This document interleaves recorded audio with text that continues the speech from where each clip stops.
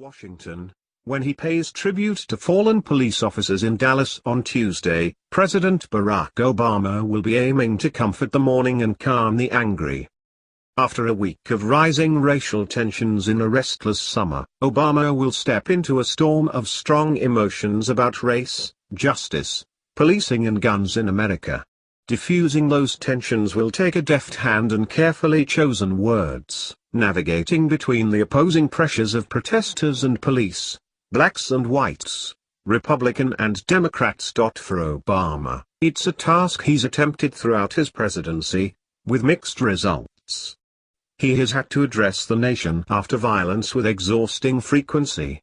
In speeches in Tucson, Arizona, and Charleston, South Carolina, he's offered lofty rhetoric and emotional release likely to be remembered as pivotal moments in his presidency. But Obama has had more difficulty positioning himself as a bridge builder, particularly on questions of police tactics and gun control. Despite years of trying to persuade critics, Obama is viewed skeptically by many in law enforcement, and his push for local departments to change their ways has stalled. As protests over police brutality continue in American cities and the Dallas Police Department prepares to bury 5 white officers targeted by a black shooter, Obama's words and actions this week will be closely watched. Obama has had more practice than he'd like in this role. The persistence of mass shootings in America means responding to these events is a new part of life at the White House. For many, he issues a statement. For some, he flies to the scene to visit with families. For a few, he delivers a high-profile speech on the meaning of the moment. In 2011, Obama seized on the shooting of Representative Giffords and others, to make an appeal for civility in political discourse. In 2012, after 20 children and 6 adults were killed in Newtown, Connecticut, the president declared his intention to push for tighter gun controls and appealed to parents for support. Obama's most memorable of these speeches is likely the eulogy he delivered in Charleston last year, after the shooting at Emmanuel Church. The speech was largely a sermon on grace, which he described as that reservoir of goodness. If we can find that grace, anything is possible.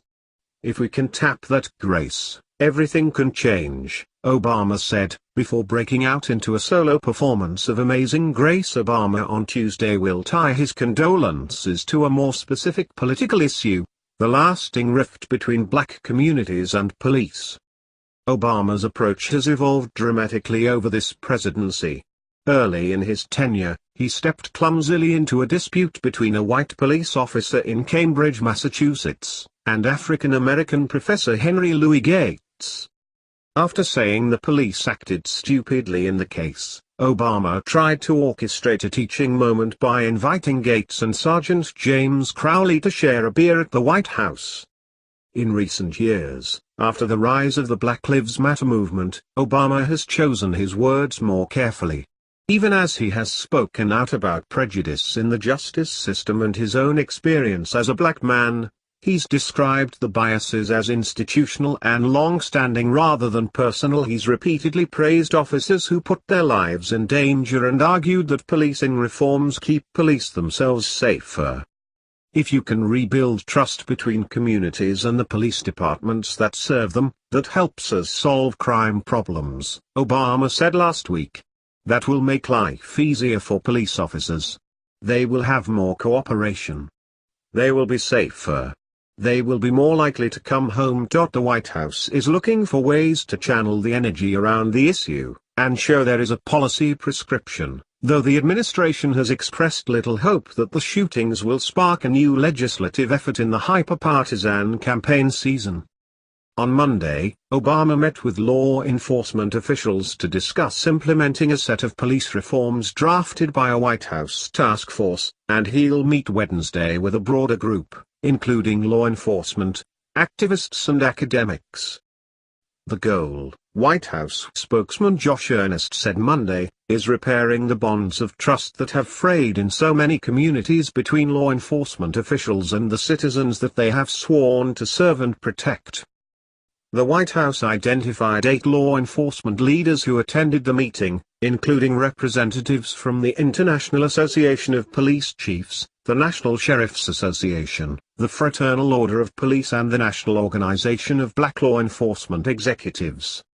The White House said Obama emphasized his commitment to find ways to enhance public safety and reduce tensions between officers.